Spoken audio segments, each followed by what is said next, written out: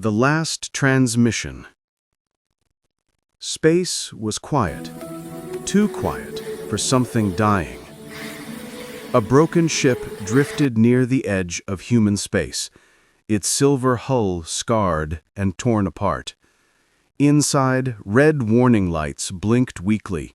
The life support system coughed its final breaths. On the floor of the ship's command deck lay a girl, small, fragile, her skin pale as moonlight. Her eyes glowed faint blue even as they flickered from exhaustion. Every movement was pain. She crawled toward a small black console. Her hand trembled as she pressed a button. Static filled the room, then her weak voice came through. "This is Lyra, last of the Varellans. If anyone hears this, please." Her voice broke. She swallowed hard, her lips dry. "I just wanted to be someone's daughter." The message ended. Her body fell still. The ship continued drifting into the void until human sensors picked it up. Aboard the salvage ship, Argo's Wing, Captain Hayes frowned at the signal repeating on the screen. It's not a distress beacon, more like a personal message. Dr. Elias Ford leaned closer, adjusting the scanner. Coordinates show it's pre-war Varellan tech, could be centuries old. Hayes grunted. Varellan? That's bad news. The last war with them almost wiped both sides out. Elias didn't answer. The words, "I just wanted to be someone's daughter," replayed in his mind. It didn't sound like a soldier. It sounded like a child. "Captain, we should check it out," he said quietly. "Orders say we don't touch alien wrecks. Too risky." But Elias kept looking at the screen, that faint looping message. Something deep inside him refused to ignore it. "Then I'll take a pod," he said finally. "If it's a trap, I'll find out alone." Minutes later, Elias's small pod docked with the wreck. His flashlight cut through the dark corridor. The air was cold, and the walls were marked with strange glowing veins, like blue roots running through metal. He found her in the control room, lying among shattered glass and sparking cables. For a moment, he thought she was dead. Then her eyes opened, faint light shining in them like stars underwater. She whispered, "Human." Elias froze. "Yes," he said softly. "I'm human. Don't move. I'll get you out." Her thin fingers caught his sleeve. "Please, papers, in the case." He looked around and saw a small metal box beside her. Inside were several sheets of aged paper, written in clear human script. At the top, adoption certificate. His heart stopped. The document listed a human name, his own. Dr. Elias Ford. "How—" he began, but she had already fainted. Back on the Argo's Wing, the crew argued loudly. "Are you insane? You brought an alien on board?" "She's dying," Elias said, setting her gently in a medical bed. "And she's just a girl." "She's Varellan," another crewman hissed. "They killed thousands during the war." Elias ignored them and focused on her breathing. Machines hummed softly, scanning her vital signs. Her blood was a strange mix of blue and silver. After a long silence, her eyes fluttered open again. "Where am I?" she asked weakly. "You're safe. You're on a human ship." She looked at him, studying his face like she was trying to memorize it. "You're Dr. Ford," she whispered. He hesitated. "Yes. How do you know my name?" "Because you signed the papers," she said. Her voice trembled, tears shining in her eyes. "You said you'd be my father." Elias felt the room spin. "I never."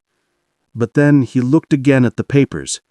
His own digital signature was printed there, dated 5 years ago.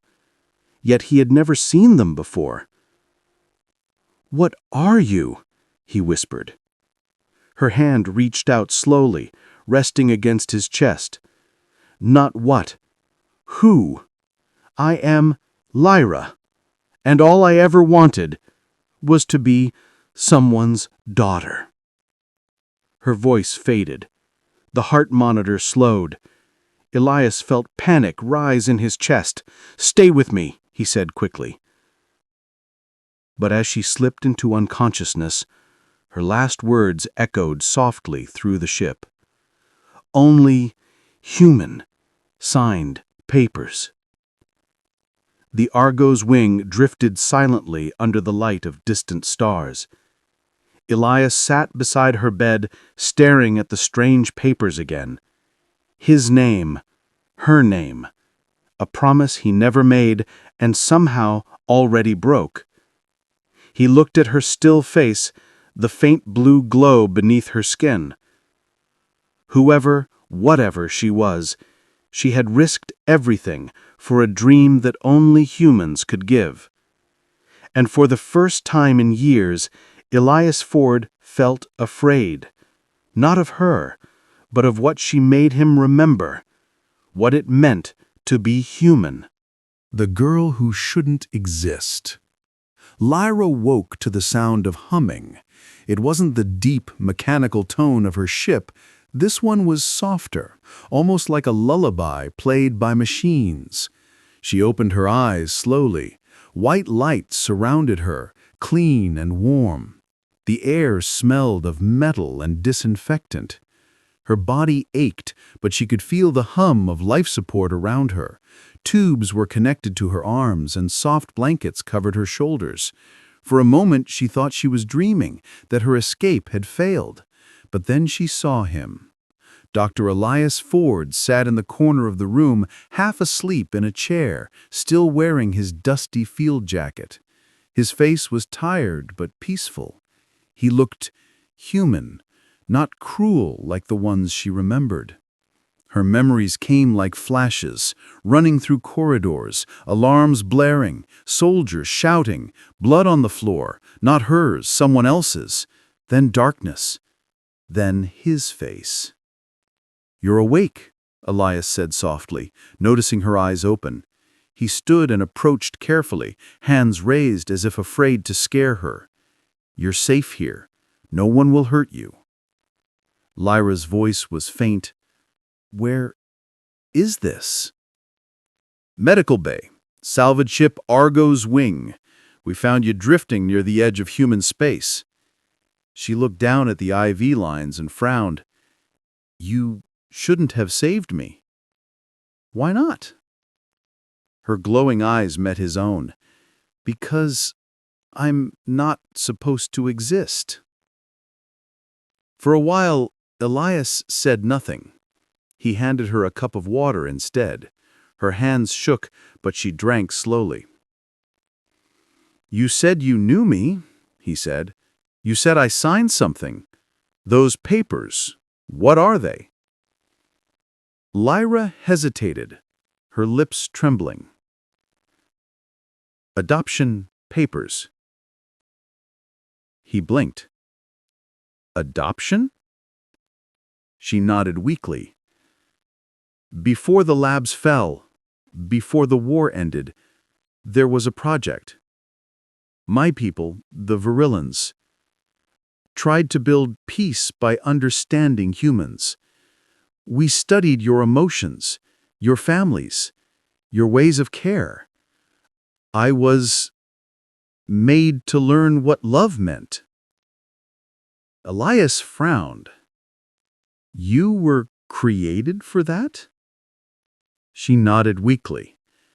"The scientists said if I could be accepted by a human parent, it would prove peace was possible. But when the war started, the project was erased. They destroyed everything. Everyone. Her voice cracked. I ran away. I kept the documents they gave me, adoption papers, already signed by someone in your name. They said you were a doctor who believed in coexistence. I thought maybe it was real. Elias leaned back slowly, his mind spinning. I never signed anything like that. I wasn't even part of any alien project. Lyra looked down. Then maybe they just used your name because it meant hope. Outside the medbay window, space drifted quietly by. Stars glowed like tiny promises too far to reach. Captain Hayes entered the room, his boots loud on the metal floor. Doctor, we need to talk. He looked at Lyra, his expression sharp. The scanners say she's carrying virilin tech inside her cells, military-grade nanites. She's a weapon. I'm not, Lyra whispered. Hayes ignored her. She's not human either. She's property of the United Colonies Research Division. Lyra flinched at that word, property. Elias stood, his voice steady. She's a person, and I'm not giving her to people who see her as anything less. Hayes glared at him for a long moment, then left the room without another word. Lyra watched the door close, her eyes wide. You'd disobey your own kind for me? Elias sighed. I've seen what happens when humans forget their humanity. Later, when the lights dimmed to evening mode, Lyra sat up slowly and watched the stars. Do you miss your world? Elias asked. She smiled sadly. There is no world left. My planet burned long before I was born. I grew up in a lab, surrounded by scientists who never smiled. They told me stories about oceans and sky, but I've never seen them. They said humans smile when they feel safe, that laughter means family. Is that true? Elias nodded. Yes. It's one of the best things we do. She thought for a moment, then said, Then I want to learn to laugh. Elias smiled faintly. We'll start with small things. Days passed. Lyra's strength returned slowly.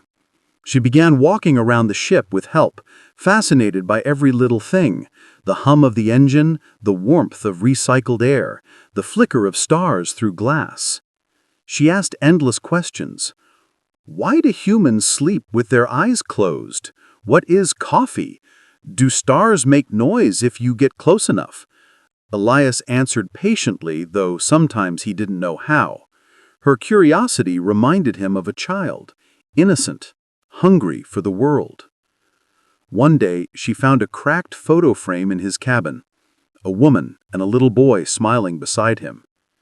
Your family? She asked. Elias looked away. My wife, Mara, and my son, Jonah. They're gone. Lyra's face fell. I'm sorry. He gave a faint nod. They died during the Virilin War. A strike hit our colony. That's why I left medical work. Couldn't stand the sight of another battlefield. For a moment, silence filled the room. Then Lyra whispered, Maybe that's why they used your name. What do you mean? She looked up at him, her eyes shimmering softly. Because even after losing your family, you still saved someone like me. That night, as Elias tried to sleep, the ship's AI beeped quietly. A new transmission flashed across his console, encrypted, government channel. Subject: Asset Retrieval Order X911. The Virilin bioform known as Lyra is to be recovered immediately. Use lethal force if resistance occurs. Elias felt cold. He turned off the screen and looked toward the medbay camera feed. Lyra was asleep, her hair glowing faintly in the dim light like strands of silver fire. He knew what he had to do. The next morning, the Argo's wing changed course. The crew didn't question him at first, but Hayes eventually stormed onto the bridge. "Where are we going?" he demanded. "Off-grid," Elias said. "Somewhere they can't track us." "You're going to throw your career away for her?" Elias turned slowly. "She's not a weapon. She's a girl. A dying one." Hayes hesitated. "Dying?" Elias nodded. "Her body's rejecting the nanites. They're breaking her down. She doesn't have much time." Hayes's jaw clenched. "You're crazy." "Maybe, but maybe I'm finally doing something right." In the medbay, Lyra stirred as the ship jumped to faster-than-light speed. The stars stretched into blue lines outside her window. She pressed her hand against the glass, whispering softly to herself, "Maybe this is what family feels like." And for the first time, her lips curved into a smile. A weak, imperfect, beautiful smile. The papers and the promise. The Argo's wing moved through the quiet stretch of space known as the Veil Sector, a lawless region where signals faded and no one asked questions. It was the only place Elias knew they could hide. Lyra spent most of her days sitting by the viewing window, watching stars glide past like falling snow. Her skin still shimmered faintly, but the color in her cheeks had begun to fade. She was getting weaker. Elias noticed the signs, the way her hands shook when she tried to hold the spoon, the shortness of her breath. He'd run every scan he could, but the results were the same. Her cells were dying faster than he could heal them. One evening, Elias sat at the mess table, staring at the adoption papers again. The ship's low lights flickered, casting shadows across the old, creased sheets. The top of the page read in bold letters, "Interspecies Adoption Protocol, Experimental Peace Accord." Below that was a line in his own handwriting, his name, his signature. But the date? It was impossible. It was 5 years before the war even started. Lyra appeared silently behind him, her bare feet soft against the floor. "You're still looking at them," she said softly. "I can't stop," he admitted. "These papers, they're official. Government seal, legal codes, even my authorization number. But I didn't sign them." Lyra sat beside him, her eyes glowing gently in the dim light. "Maybe you did. Just not yet." He looked up, puzzled. "What do you mean?" "My people believe time isn't straight," she said slowly. "They said it bends around choices. Every decision creates echoes that reach forward and backward. Maybe you signed them later, and somehow they found their way here first." Elias smiled faintly. "You sound like one of my old professors." She tilted her head, studying his face. "Is that a compliment?" He laughed softly. "Maybe it is." But as they spoke, the ship's AI flickered on. "Incoming signal detected. Encrypted origin. Attempting trace." Elias jumped to his console, shutting it off. Too late. The coordinates of their ship had already been pinged across space. Lyra's face turned pale. They found us. Elias clenched his jaw. Then we'll move again. Elias, she said quietly, you can't keep running from me. He turned toward her. I'm not running for you. I'm running with you. That night, while the crew prepared for departure, Lyra wandered into the cargo bay. She ran her fingers over old metal crates and forgotten parts, as if they were artifacts from a world she'd never seen.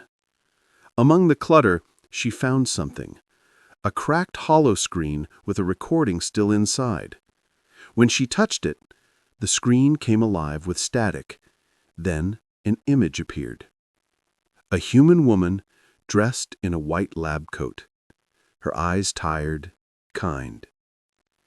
This is Dr. Mara Ford, Project Unity Log, Day 72. Lyra froze. Elias's wife. The woman on the screen continued. Subject Lyra shows accelerated learning and empathy responses beyond all projections. She asks about laughter, family, belonging. Sometimes she calls me mother. Lyra's heart pounded. Marie's voice trembled slightly. Elias, if you ever see this, know that I believed in her. She's not just an experiment. She's the bridge we always dreamed of. The video flickered out. Lyra stood motionless, tears running down her face. Then she whispered, She was real. Your wife. She made me. Moments later, Elias found her still standing there, holding the hollow device. Lyra, he asked gently. She turned, her eyes full of wonder and sorrow. Your wife, she knew me. Before I was born. She recorded this. Elias took the device from her hands, his face tightening as he watched the message. His wife's voice echoed through the room, fragile and hopeful. When it ended, he stood silently for a long time. Then he looked at Lyra, really looked at her. You're not just some experiment.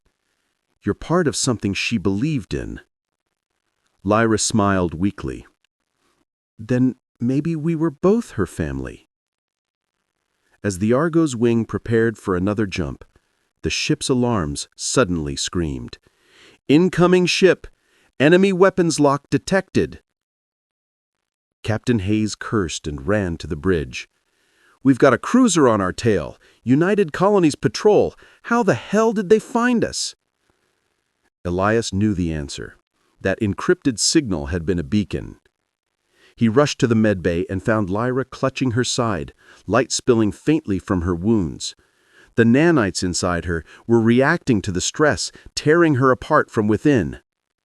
Stay still, he said, trying to stabilize her vitals. She grabbed his hand. No, don't waste time. Promise me something. Lyra, he said again. Promise me, she said again, voice shaking. If they take me, don't let them turn me back into a weapon. Finish what your wife started. Sign the papers. Make me your daughter. Make it real. Elias felt something twist in his chest. Outside, explosions rattled the ship. The crew shouted through the intercom, metal groaning under the assault. He looked into her glowing eyes, tears burning his own. I promise, he whispered. She smiled, a tired, fading smile. Then no matter what happens, I'll be human too. The Argo's wing plunged into hyperspace, fleeing into the dark between stars. Behind them, the pursuing ship broke off, sensors lost in the cosmic dust. Hours later, silence returned. The crew sat in exhaustion. Hayes leaned back, shaking his head. We can't keep this up, Doc. They'll chase us across the galaxy. Elias didn't answer. He was holding the papers in his hands again, but something had changed. Faint new writing now glowed across the bottom edge. Signed under the promise, Project Unity, Phase 2. He looked at Lyra sleeping in the medbay, her faint blue light pulsing gently with each breath. And for the first time, he realized what those papers really were. Not a contract, not a law, but a bridge, written by love across time itself. The Hunters. The Argo's wing floated in silence above a dead moon.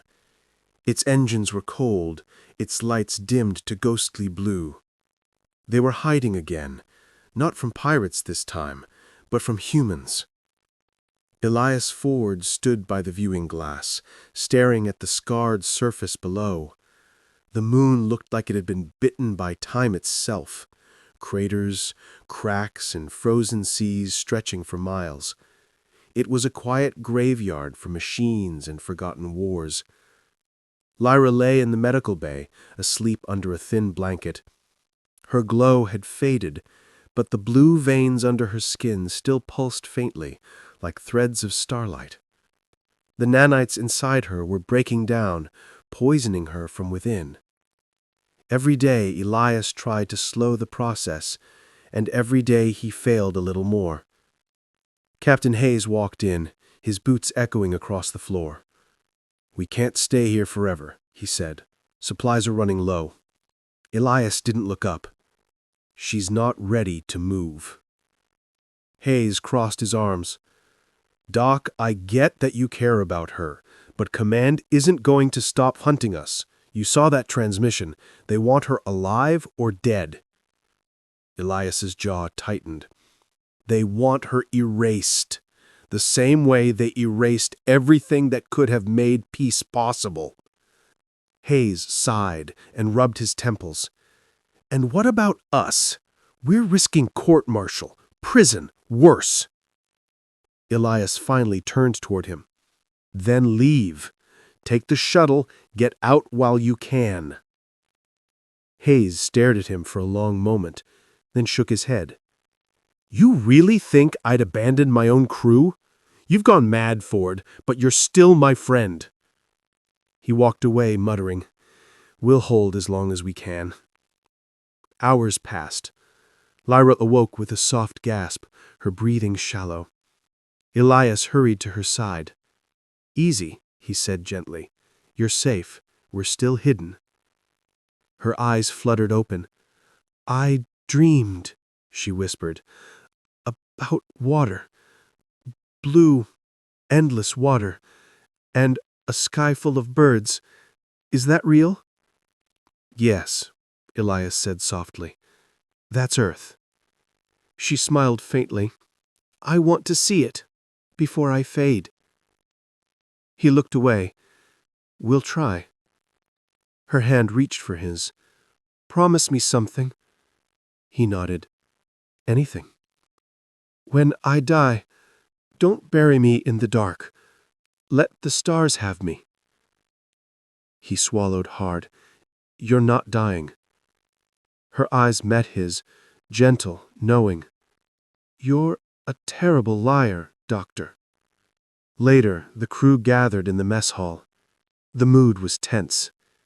The youngest crew member, Lyra Chen, fiddled with her tablet nervously. "We're getting scattered transmissions. Short bursts, repeating coordinates. It's a net. Someone's sweeping the sector." "Military?" Hayes asked. She nodded. "United Colonies Intelligence Division. Call sign Valkyrie." Hayes slammed his hand on the table. "They're using hunter drones." Elias frowned. "Those are illegal outside war zones." "Doesn't matter. You made this personal when you ran." Elias stood, his voice calm but firm. "Then we'll move again." But before he could finish, the ship's lights dimmed. The AI's voice echoed sharply. "Multiple contacts detected. 6 hunter drones approaching from high orbit." Lyra's voice came weakly through the intercom. "They found us." The ship shook as the first blast hit the outer hull. Sparks rained from the ceiling. Hayes shouted commands, and the crew scrambled to stations. Elias ran to the medbay. Lyra was trying to stand, her face pale. "Stay down," he said. She shook her head. "They'll keep firing until they destroy us. I can stop them." "You can barely breathe." Her glowing eyes locked on his. "You don't understand. The drones, they're linked to the same nanite code that made me. I can shut them down. Just let me try." Before he could stop her, she pressed her palm against the console. Her eyes brightened, blue light flooding the room. The ship's systems flickered as she reached through the network, her mind connecting to something beyond human understanding. For a moment, everything went silent. Then, one by one, the other hunter drones powered down, drifting like dead insects through the void. Elias stared at her, stunned. "You did it." Lyra smiled faintly. "For now." Then she collapsed. Elias caught her before she hit the floor. Her body was burning hot, her veins glowing brighter than ever before. The nanites were in chaos, fighting themselves. He laid her gently on the bed. "Lyra, stay with me." Her voice was barely a whisper. "I can hear them. The others. All the old voices. They don't want to fight anymore." "Focus on me," he said desperately. "You're not a machine. You're live." Her hand trembled against his chest. "Then why do I feel like I'm disappearing?" Elias couldn't answer. The monitors beeped wildly, her vitals dropping fast. He worked frantically, stabilizers, neural dampeners, anything that might help. Finally, her breathing evened out again, but she was weaker now, fading, piece by piece. After the chaos, the crew sat in silence. The drones were gone, but so was their stealth cover. The attack had exposed their trail. "They'll send a battleship next time," Hayes said grimly. Elias nodded. "Then we find somewhere they won't follow." "Where?" He looked at the glowing papers on his desk, the adoption forms that seemed to shift each time he read them. New words appeared at the bottom. Sanctuary Point, for those who chose humanity. He had no idea what it meant, but somehow he knew it was meant for them. He said, "Plot a course for Sanctuary Point." Hayes frowned. "That place doesn't exist." "Maybe not yet, but we'll find it." As the ship prepared for the jump, Elias returned to Lyra's bedside. She was asleep again, her hand resting against the window where the stars drifted by. He spoke softly, almost to himself. "You stopped the drones, Lyra. You saved us." Her eyes opened halfway. "Then maybe humans can save something too." He smiled faintly. "You already have." She blinked slowly, her voice fading into a whisper. "Then don't stop now, Father." The word hit him harder than any explosion. He sat beside her long after she drifted to sleep, staring at the papers glowing faintly on the desk. He didn't understand how or why, but he knew what he had to do next. To finish the promise. To make her more than just a miracle. To make her his daughter, truly and completely.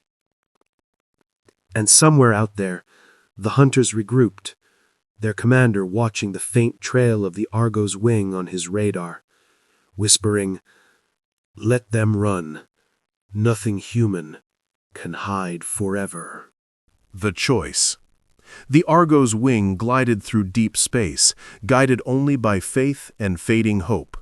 Every jump brought them closer to nowhere. "Sanctuary Point," Hayes muttered, standing at the bridge console. "You're sure this isn't a myth?" Elias Ford stared at the navigation display. "Myth or not, it's the only lead we have." The map flickered, an ancient data route lit up, labeled only by symbols. It was a forgotten path, buried in the old star charts. No records, no colonies, no laws. Perfect for fugitives. Lyra slept below deck, her breathing shallow. Each pulse of her glow was dimmer than the last. The nanites were devouring her from the inside, and every time she used her powers, it accelerated. Elias hadn't told her. Not yet. Later, when the others rested, he returned to the medbay. The room was dim, the only light coming from the stars outside. Lyra lay quietly, her eyes half open, watching the faint trails of cosmic dust beyond the glass. "You're not sleeping," Elias said softly. She smiled weakly. "I was listening. The ship hums like a heartbeat." He sat beside her. "You're poetic for someone who was built in a lab." She said gently, "I wasn't built, I was born there. Doesn't that still count?" He hesitated, then nodded.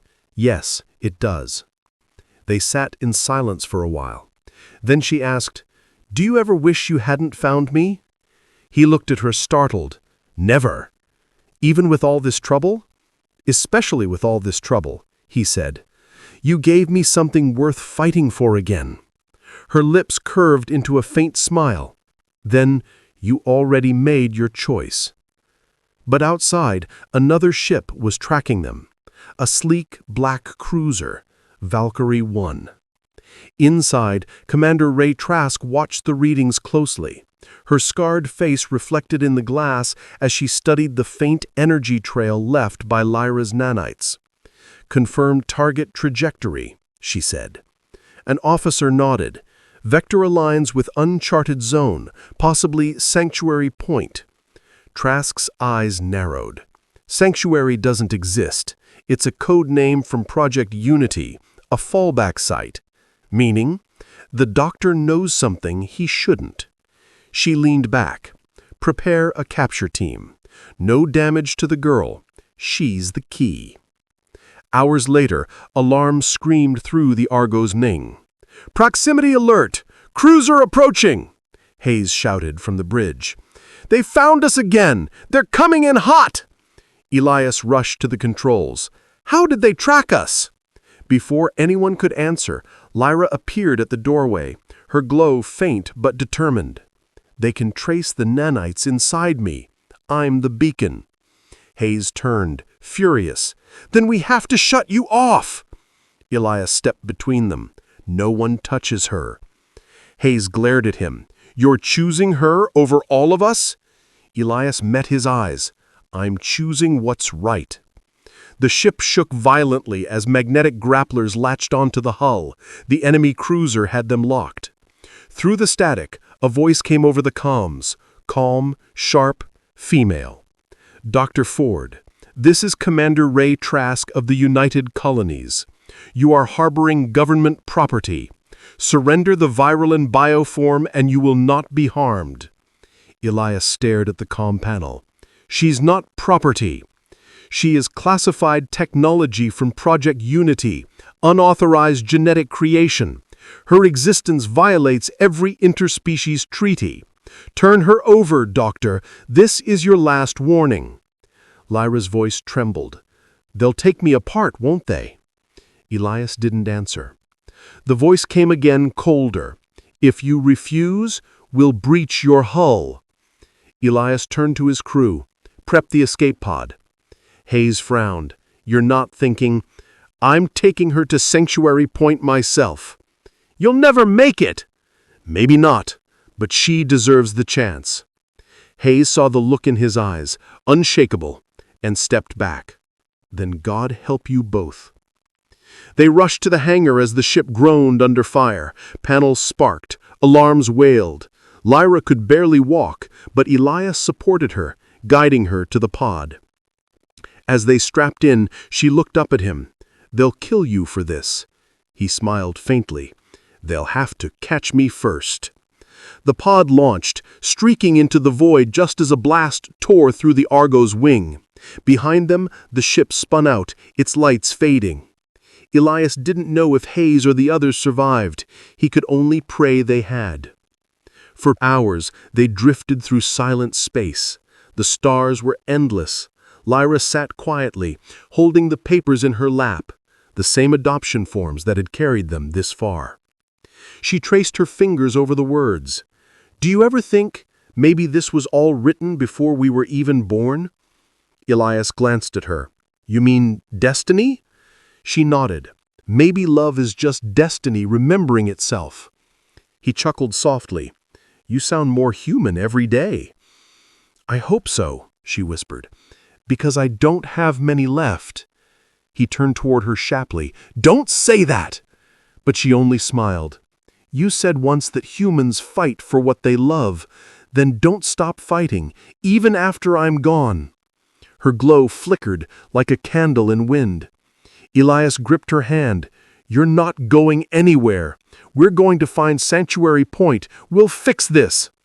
She looked at him, tears glimmering faintly in her eyes. "You still don't understand, do you?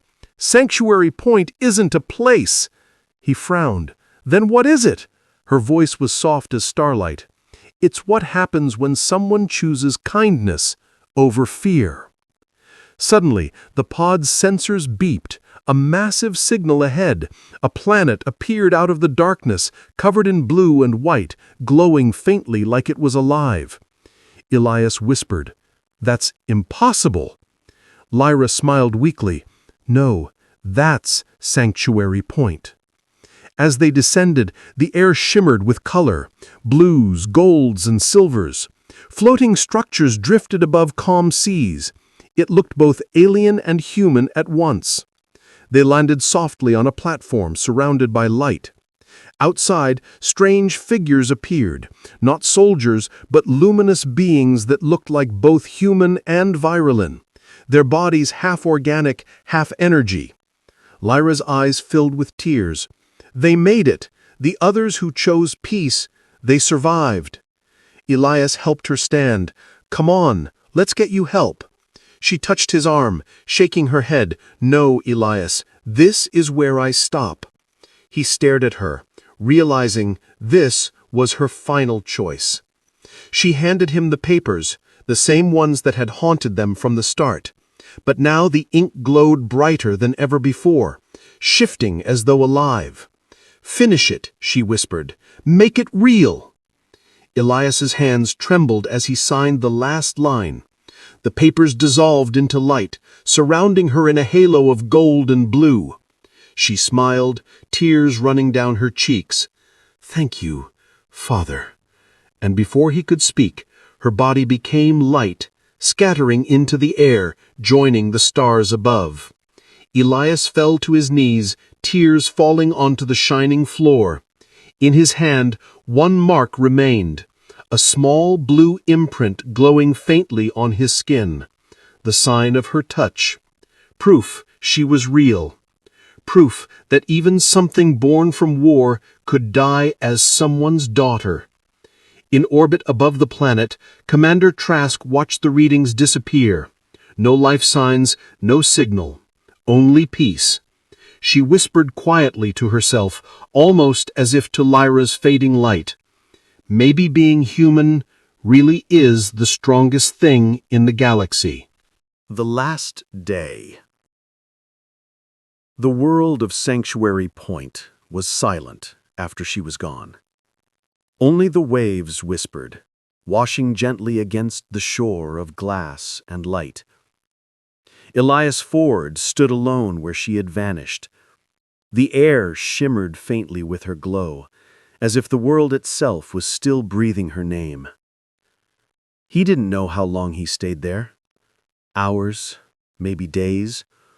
The sun and stars seemed to merge in the sky. Time had lost meaning. The papers were gone. The warships were gone. Only one thing remained. A faint blue mark on his hand, pulsing like a heartbeat that wasn't his.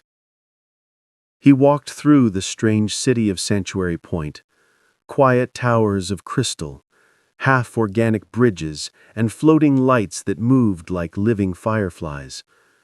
No one else spoke. The beings who greeted him only bowed their heads, their faces kind but distant, as though they understood his pain. He didn't ask who they were. He already knew. They were the children of Project Unity, not soldiers, not weapons, but beings who had chosen peace when both their creators had chosen war. They had built this place, hidden it away from the hatred of the galaxy, and now they watched him, the lone human who had brought one of their own home. He sat beside the quiet sea, speaking softly to the air. "You wanted to see the ocean, Lyra. I hope you can feel it." The wind carried faint echoes, a shimmer in the light, almost like a laugh. It made him smile through the tears. He remembered her first words, "I just wanted to be someone's daughter." And he remembered her last, "Thank you, Father." Two sentences that changed everything. Days later, a group of the luminous beings approached him. One of them, a tall figure with faint human features, knelt before him holding something wrapped in silver cloth. "This was left behind when she became light. She wanted you to have it." Elias unfolded the cloth. Inside was a small crystal sphere, glowing faintly with blue light. Within it shimmered a memory, Lyra's voice. He pressed the sphere to his palm, and her voice filled the air. "If you're hearing this, then I'm gone. Don't be sad. Every life ends, but not every life gets to mean something. You gave mine meaning." Her tone was calm, gentle, full of warmth. "They called me a weapon, but you called me a person. And when you signed those papers, you made me human. So don't carry guilt, Father. Carry hope." Elias felt his throat tighten. "The others here will listen to you. Teach them what it means to be kind. Tell them laughter isn't weakness. Tell them being human means choosing love even when you're afraid." The recording faded, and the crystal dimmed, now just a soft light in his hands. He pressed the sphere to his chest and whispered, "I will." Over time, he began to work with the people of Sanctuary Point. He taught them medicine, stories, and songs. They shared their technology, living metal, healing light, biomemory archives that could store emotions. He found something beautiful in their silence, not emptiness, but peace. Everywhere he walked, the mark on his hand glowed faintly, as if Lyra was still guiding him. At night, he would sit by the shore and look up at the stars. The water sparkled with her color, soft blue and silver. He spoke to her often, knowing she couldn't answer, but feeling she heard anyway. Sometimes, the wind would shift just right, and he could swear he heard her laugh again. But peace never lasts forever. One morning, alarms echoed through the quiet city. A storm tore through the sky. Not natural, not cosmic, but human. The Valkyrie 1 had returned. Commander Ray Trask stood on the deck of the ship, watching Sanctuary Point through her viewport. The planet glowed with impossible energy, beautiful, calm, untouched by war. It made her uneasy. "Target the core structure," her lieutenant said. "Orders are to eliminate all remnants of the Unity project."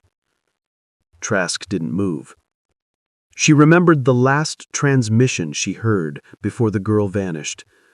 That faint voice saying, "Maybe being human is the strongest thing in the galaxy." Something in her chest ached. She looked at the glowing world below, then at her crew. "Stand down," she said quietly. The officer stared. "Ma'am? You heard me. No one fires." "Ma'am, that's direct disobedience. I said stand down." Her voice cracked through the silence. The crew froze. Trask took a deep breath and then closed her eyes.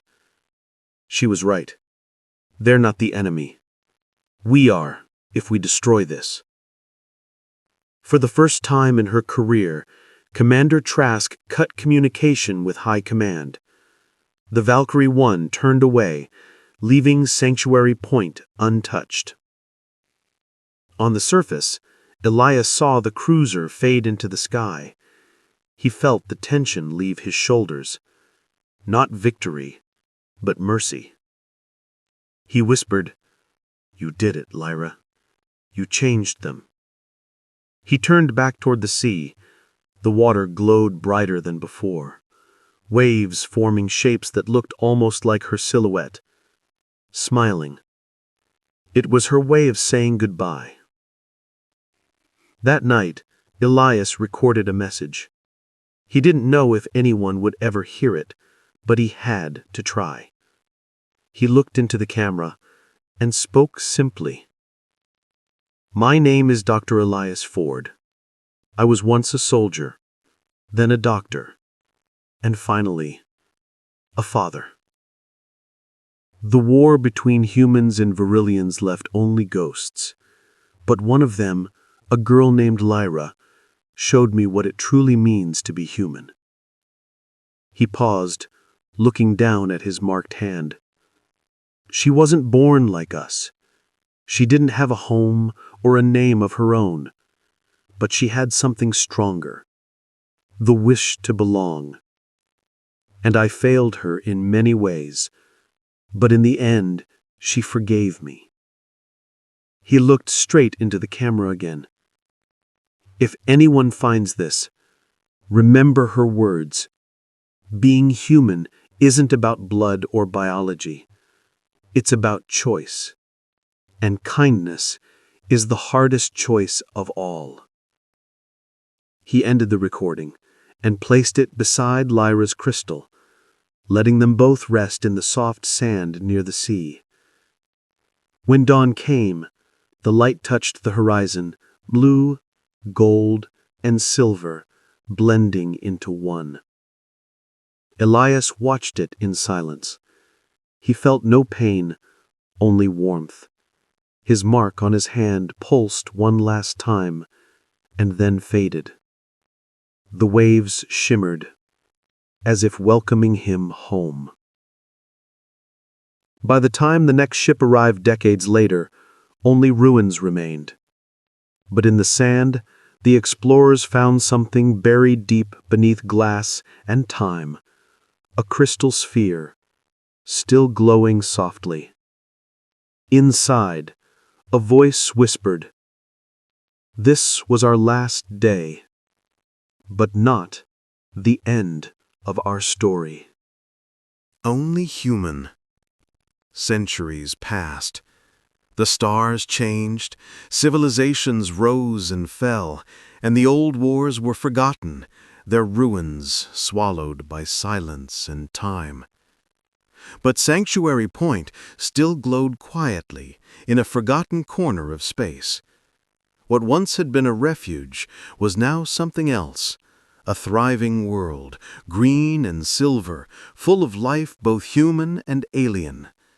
Children laughed on crystal beaches where once there had only been sorrow. The air shimmered with peace. Above the ocean stood a small stone monument, half covered in vines. At its center, carved into the surface, were words in two languages, one human, one Virellan. She wanted to be someone's daughter. And she was. No one alive knew who the words belonged to anymore, but every year people came and left flowers made of light. They said it brought them luck, or calm, or dreams filled with starlight. They called it the Daughter's Shrine. One of those visitors was a young cadet named Rin, a student from the Interstellar Academy.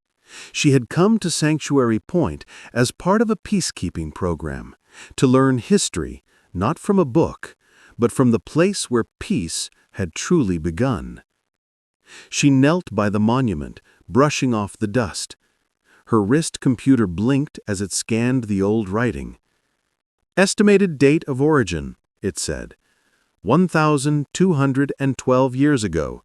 Inscription recorded by Dr. Elias Ford. Rin blinked. Dr. Ford? That name again.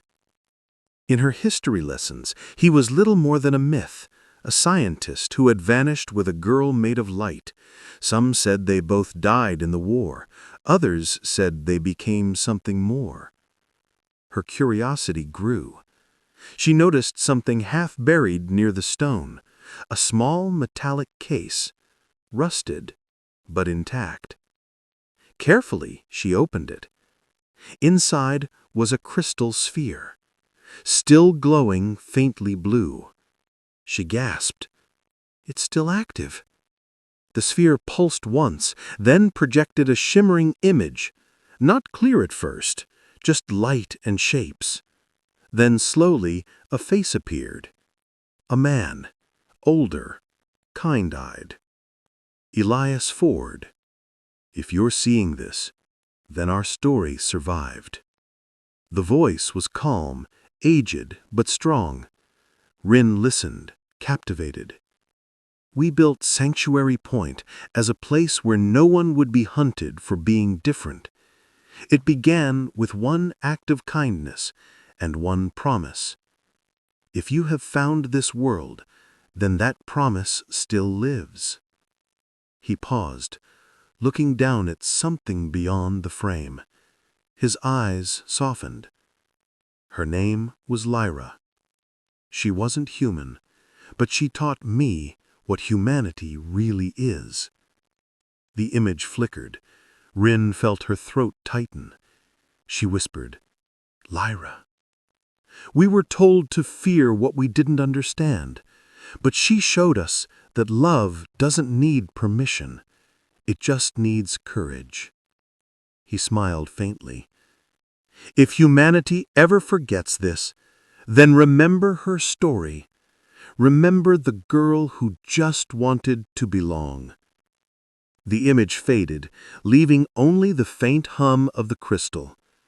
Rin sat there a long time, the crystal glowing in her hands. The waves behind her glimmered the same soft blue as Lyra's glow once had. That night, Rin sat by the shore, replaying the message again and again. Something about it moved her more than anything in the academy ever had. She opened her field journal and began to write. They called her a weapon, but she was love disguised as light. They called him a fool, but he was the first father of peace. She looked up at the sky, thousands of stars reflected on the ocean like tears of fire. If humanity is still alive, she wrote, it's because someone, somewhere, chose kindness first. She didn't know it, but that line would become the opening to a book that would be read across the galaxy. Only Human, the story of Lyra and Elias Ford. Years later, when Rin became a historian and ambassador, she carried the crystal sphere wherever she went. It became a symbol, not of technology or power, but of empathy. Every negotiation, every treaty began with her placing the sphere at the center of the table and saying the same words. Before you speak, remember her wish, to be someone's daughter. It became a ritual of peace, a reminder that no matter the species or origin, they all shared something unbreakable, the desire to belong. Meanwhile, deep in the oceans of Sanctuary Point, something ancient stirred. Within a glowing reef of crystal, a heartbeat pulsed, faint but steady, A light, blue and gentle, flowed through the coral veins like blood. Scientists would one day study it and call it the Lyra current, a living energy that connected every part of the planet. They would never find its source. But sometimes, when the tides rose at night, people said they could hear her voice in the waves. Be kind, be brave, be human. Centuries after that, when ships from countless worlds gathered above Sanctuary Point for the first Unity Day, the stars themselves seemed to shimmer brighter. In orbit, a massive station glowed with the same color as her light, blue and silver intertwined. A statue stood at its heart, a girl holding a document in her hands, smiling up at the stars. Beside her stood a man, one hand resting gently on her shoulder. The plaque beneath them read, Lyra of Sanctuary Point. She was not born human, but she made us all more human than we were before. As the ceremony began, Rin, now an old woman, stepped forward with the same crystal sphere. It still glowed softly, steady as a heartbeat. She placed it in a small cradle beneath the statue. For a moment, the air shimmered. The light spread across the hall, filling every face with the same soft warmth. Rin smiled through tears. Welcome home, Lyra. Far above, beyond time and memory, in a place where stars were born, two lights drifted together. One blue, one gold. They intertwined, dancing in the void like laughter made of starlight. They did not speak.